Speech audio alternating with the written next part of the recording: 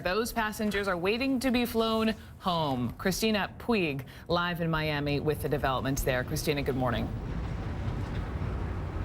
Good morning, Brooke. That's right. Delta chartered flights are scheduled to begin flying out of St. Martin with 4,300 of those passengers on an hourly basis. One of the first flights scheduled to land in Orlando around 10 a.m. And as you might imagine, many of those passengers are just anxious to get home. For some passengers, it was a cruise that didn't live up to their dreams. And to some of us, their complaints sounded a note of déjà vu. Clogged toilets, interruptions to elevator service, power outages. It was the same cruise line, Carnival, but a different ship than the one that left passengers at sea for several days with no air conditioning and unsanitary living conditions. But the problems on the cruise liner Dream were nowhere near as nightmarish as those aboard the Triumph just a month ago. Our toilets weren't working, and when I pressed it, the water rose up like you would at home. If your toilet was clogged, the water would start to rise up to the top of the bowl. Carnival says the Dream, with 4,300 passengers, got stuck in port at the Caribbean resort island of St. Martin when the backup emergency generator malfunctioned during a routine inspection. The company issued a statement saying at no time did the ship lose power, and the ship's propulsion systems and primary power source was not impacted. The statement also said all guests are safe and comfortable with only periodic interruptions to elevators and restroom services for a few hours. They thought it was something minor, ended up being something more complicated, which is why we're still here. As far as the power outages go, I mean, I didn't notice it personally. The latest aborted voyage comes on the heels of the debacle involving Carnival's Triumph cruise liner that spent 5 days adrift at sea, attracting worldwide attention as passengers posted picture after picture of the unsanitary and altogether unpleasant conditions on the ship. This is a management problem. They're doing something wrong with preventive maintenance. Carnival has so many working ships that to say that the fleet is in distress is maybe a little bit broad, but clearly something is not working right. Ironically, just 1 day before Dream's problems, Carnival had announced it was conducting a comprehensive review of its entire fleet. The cruise line was quick to offer its Dream guests a refund for the 3 days the cruise was cut short and 50% off a future cruise. Now, this makes 4 ships altogether that have had problems in the last month. As we mentioned, the Legend and the Dream on Wednesday, and on Saturday, the Elation apparently had some steering problems. And of course, we all remember the Triumph, watching it be towed back into Mobile, Alabama, after those passengers were stranded at sea for 5 days. Now, Carnival's CEO, Jerry Cahill, said yesterday that they do have comprehensive programs in place to inspect all of their fleet, which consists of 23 ships. Brooke? Cristina Puig in Miami. Cristina, thank you. As you point out, at least they're stuck in St. Martin. Cristina Puig joins us now from Carnival's headquarters near Miami. Cristina, Carnival going into damage control now, offering refunds and even incentives to try to get people to come back. What kind of reaction are they getting?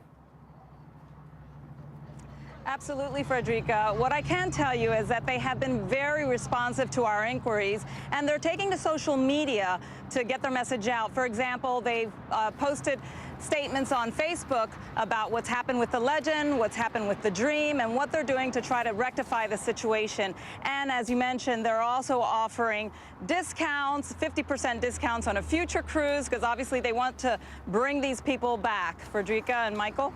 Yeah, I want to mention Jack Hickey, as a maritime lawyer, used to represent the cruise ship industry, actually, in lawsuits. And this morning, he's also representing passengers, by the way, and cruise employees. This morning on CNN's Starting Point, he said that Carnival has major maintenance and customer service problems that it really needs to address. Have a listen. They could have gotten everybody off from the Triumph. They could have gotten everybody off in Cozumel or Progreso, Mexico, and flown them back. But they took a risk, and they said, well, we'll just have everybody stay on. We'll save some money flying them back. We'll have everybody stay on. And then they realized, whoa, you know, everybody's covering this. I mean, frankly, I think that's what happened. And so, yeah, I think you have to contrast this whole situation because it really is comparable. So, Cristina, how is Carnival then dealing with these problems and the potential damage to its reputation? As you touched on there, they're being very open, and that's pretty much what I think most damage control PR companies say to do. Get out there, be open. Absolutely, Michael. Ironically, it was Tuesday when Carnival's CEO, Jerry Cahill, informed us that they were conducting a comprehensive review of their entire fleet. And when we asked them more specifically what exactly was being done, they said the following in a statement: immediately after Carnival Triumph arrived safely in Mobile, we assembled an expert team from across the company, as well as outside experts in the areas of fire, marine, technical, and electrical systems to complete a fleet-wide assessment in the areas of fire prevention, detection, and suppression, engine and power redundancies, and emergency power generation and services. So they are absolutely trying their best to recover from this fiasco, to say the least. Right, Frederica, Michael. Cristina Puig, thanks so much. Appreciate that. Some 200 exiled Cubans, many now in their 60s, were reunited for the first time since childhood. Did you recognize each other? Immediately. And I what was called her it like? name, Teresita, and that's it. They all escaped Fidel Castro's communist regime as part of a rescue mission aptly called Operation Peter Pan that brought them to the United States 50 years ago. I was going to be sent to Russia. So I got out of Cuba and went to Florida City. I was there for 3 years. In 1960, the exodus of some 14,000 Cuban children was planned by the Catholic Church of Miami and the U.S. government with the consent of their parents. 5 decades later, aboard 3 buses, some of them sang camp songs as they were transported to tour the refugee camps that once housed them. Okay, guys, here's countdown. Some of the pictures that I have, you can see it was a lot of pines, but Hurricane Andrew completely cleaned this area from the pines. I remember going over to the pines and I cried a lot. At age 16, Juan Pujol knew then that he had to grow up quickly at Camp Metacumbe. I did some praying and I said to myself, you know what? This is going to be tough. You're going to be on your own. So put your act together and move on.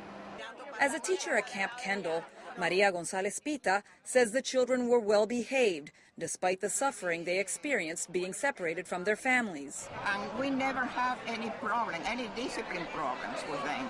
I don't remember to have to send one to the office, never.